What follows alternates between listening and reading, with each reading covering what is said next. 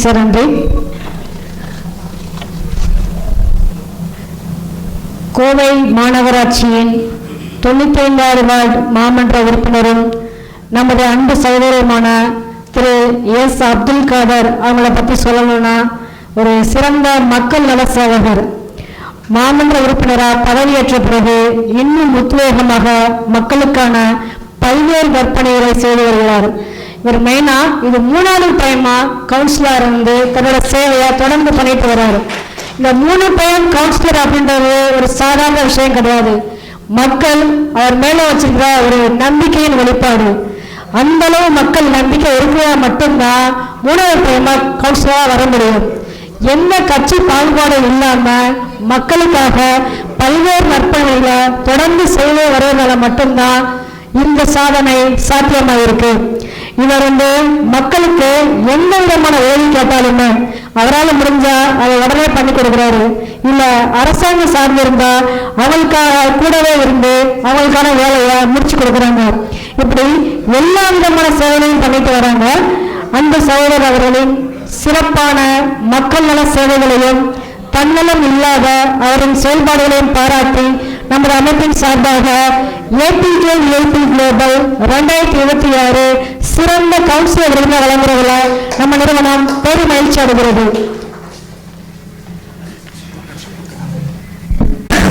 அனைவருக்கும் வணக்கம்.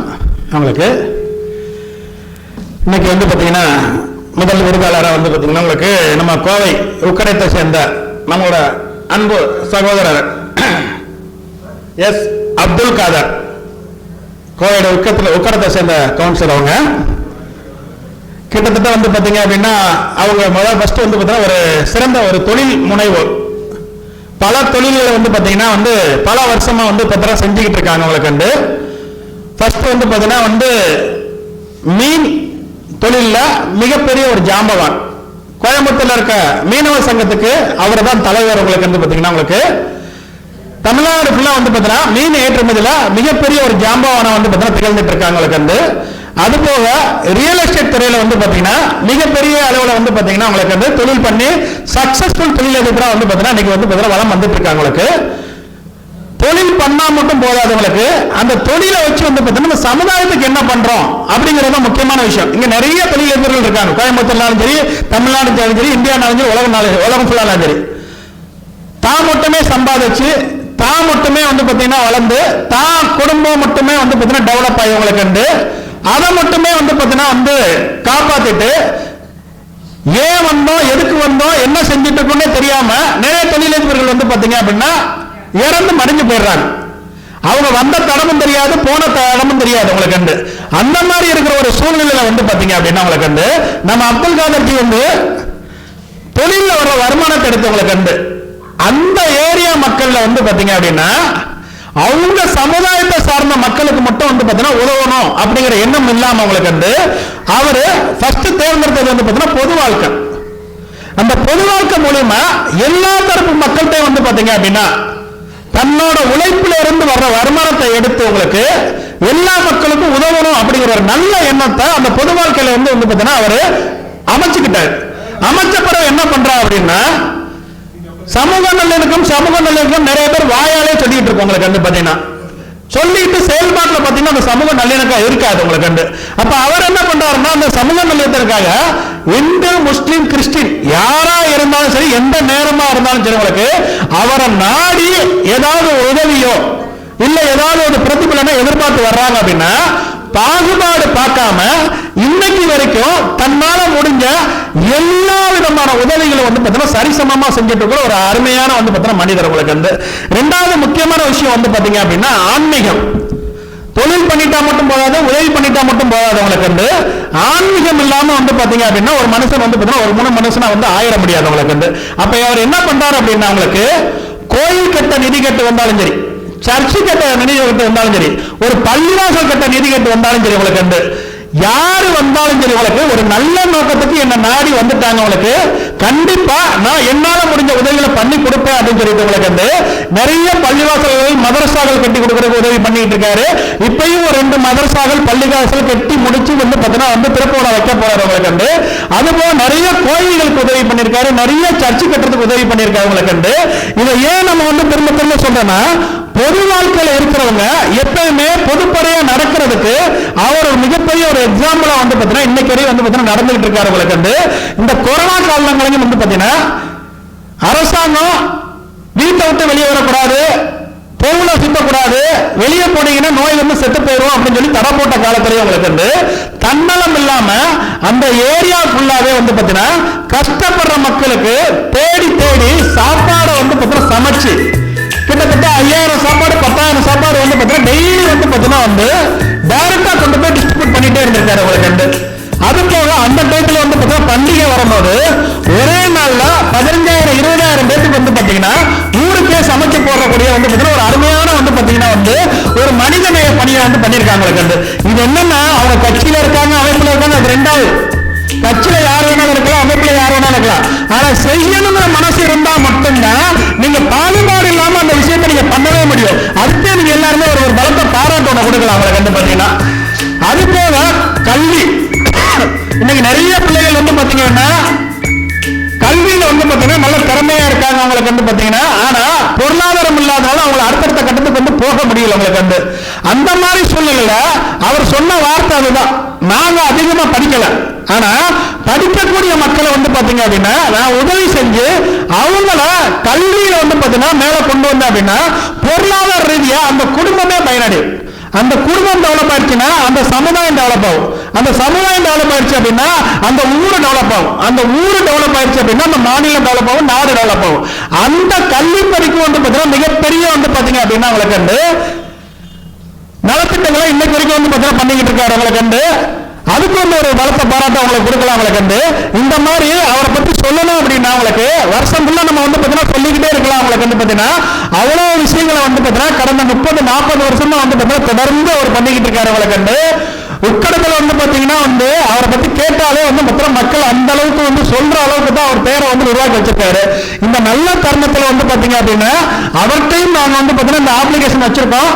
நீங்க வந்து பாத்தீங்கன்னா நிறைய மக்களுக்கு பாகுபாடு பார்க்காம வந்து பாத்தீங்கன்னா நீங்க செஞ்சிருக்கீங்க. இப்ப நாங்க பண்ற அமிர்த சிறப்பு ஏபிகே உணவு வங்கியும் நீங்க செய்யறதா இணைந்து பண்றதுக்கு நம்ம பிளான் பண்ணிருக்கோம் அவங்களுக்கு வந்து. இந்த கட்டடத்துக்கும் நீங்க உங்களால முடிஞ்ச வந்து பாத்தீங்கன்னா பங்களிப்பா கொடுத்து உதவணும் அப்படின்னு சொல்லி கேட்டிருக்கோம். அவரும் வந்து கண்டிப்பா என்னால முடிஞ்ச உதவி நாங்க பண்ணி தரோம் அப்படிங்கறத வந்து வாக்குறுதியா கொடுத்திருக்காரு அவங்களுக்கு. இந்த அருமையான தருணத்துல உங்களுக்கு வந்து பாத்தீங்கன்னா சிறந்த தொழிலதிபர், சிறந்த சமூக சேவகர், சிறந்த பொதுநலவாதி உங்களுக்கு, சிறந்த மனிதாயமான மனிதர் உங்களுக்கு வந்து, சிறந்த கல்வியாளர் உங்களுக்கு வந்து பாத்தீங்கன்னா சிறந்த ஆன்மீக பணியாளர் உங்களுக்கு, இப்படி எல்லா துறையிலும் வந்து சிறப்பா வந்து பாத்தீங்கன்னா செயல்பட்டு இருக்க 3வது முறையா வந்து பாத்தீங்கன்னா கவுன்சிலரா வந்து பாத்தீங்கன்னா ஜெயிச்சு இன்னைக்கு சக்சஸ்ஃபுல்லா வந்து பாத்தீங்க அப்படின்னா உங்களுக்கு பல்வேறு நலத்திட்டங்களை மக்களுக்கு கொண்டு போய் வந்து பாத்தீங்கன்னா கொடுத்து இன்னைக்கு மக்கள்கிட்ட ஒரு மிகப்பெரிய ஒரு நல்ல பேரை எடுத்திருக்க நம்ம அன்பு சகோதரர் அப்துல் காதர் அவர்களுக்கு ஏபிகே விஐபி குளோபல் 2026 சிறந்த கவுன்சிலர் விருது உங்க எல்லாரோட பலத்த பாராட்டுல வந்து பாத்தீங்கன்னா வழங்குறதுல நம்ம நிறுவனம் பெருமகிழ்ச்சி அடைகிறது. திரு அப்துல் காதர் ஜி அவர்களை வந்து பாத்தீங்கன்னா மேடைக்கு வரும்படி வந்து அன்புடன் கேட்டுக்கொள்கிறவங்களுக்கு அவங்களுக்கு விருது வழங்குறதுக்காக என்னோட ஆறுவர் சகோதரர் தூத்துக்குடி ஸ்டெர்லைட் போராளி மின்னல் அம்சன் சாரை வந்து பாத்தீங்கன்னா மேடைக்கு வரும்படி அன்புடன் கேட்டுக்கிறவங்க எல்லாத்தோட பலத்தை பாராட்டுறவங்களுக்கு வந்து. அதுபோல நம்ம நாகூரோட ஆன்மீக தமிழறிஞர் ஆன்மீக பெரியார் அவங்களை கண்டு தாகா மறைக்காயர் அவர்களையும் மேடைக்கு வரும்படி அன்புடன் கேட்டுக்கொள்கிறவங்களை கண்டு.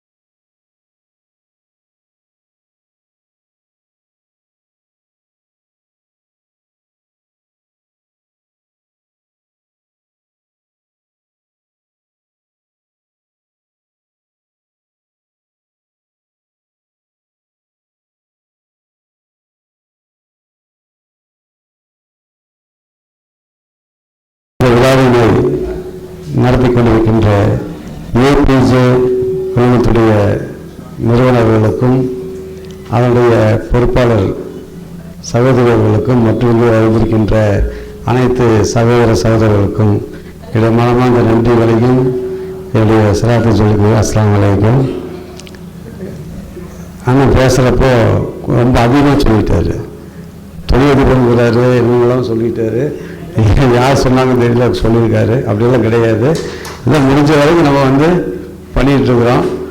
அதை கூப்பிட்டாங்க, மேக்ஸிமம் வந்து நம்ம வந்து சொன்னதுனால வந்தோம். ஏன்னா இந்த மாதிரி வீட்டில் நம்ம போகிறதில்லை, இந்த மாதிரி நிகழ்ச்சி கலந்துக்கிறதும் இல்லை.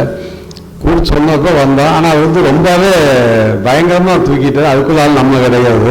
ஏதோ செய்வதாக பண்ணுறோம். இது போன்ற சிறந்த பணிகள், அதே போல் அதில் பேசுகின்ற போது உணவு சம்பந்தமான விஷயங்க, ஒருத்தருக்கு உதவக்கூடிய விஷயமெல்லாம் சொன்னார். உங்களுடைய பணிகள் தொடர்ந்து சிறந்த முறையில் நடைபெற வேண்டும் என்று இந்த நேரத்தில் கேட்டுக்கொண்டு இந்த வாய்ப்பை செய்வர்களுக்கு நன்றி விடுவது. நன்றி. அஸ்ஸலாமு அலைக்கும்.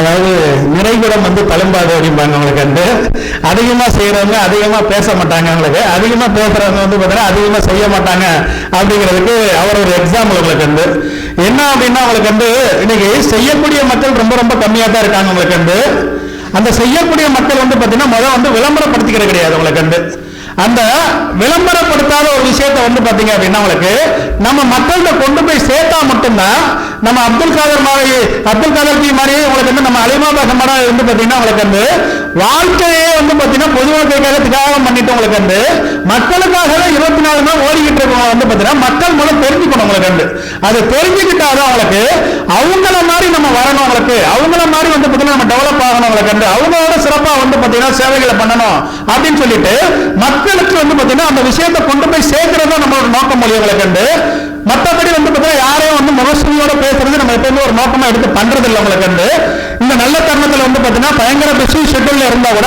ஏன்னா அவர் வரும்போதே சொல்லிட்டு தான் வந்தார். உங்களுக்கு வந்து பயங்கரமான டைட் ப்ரோக்ராம்ஸ் நிறைய இருக்கு. உங்களுக்கு வந்து தயவு செய்து வந்தோன்னே எனக்கு அனுப்பி விட்டுருங்க அப்படிங்கிறனால அவர் முழக்க விட்டுருக்கோம். உங்களுக்கு வந்து மற்ற எந்த விருதாளரும் தப்பா நினைச்சுக்கிற வேண்டாம். உங்களுக்கு வந்து இந்த நல்ல தருணத்துல வந்து இந்த விழாவை சிறப்பிச்சு உங்களுக்கு வந்து இந்த விருதை வந்து பாத்தீங்கன்னா வந்து சிறப்பிச்சதுக்கு ஃபர்ஸ்ட் அவங்க எல்லாத்துக்குமே ஒரு நன்றியை சொல்லிக்கிறோம். உங்களுக்கு வந்து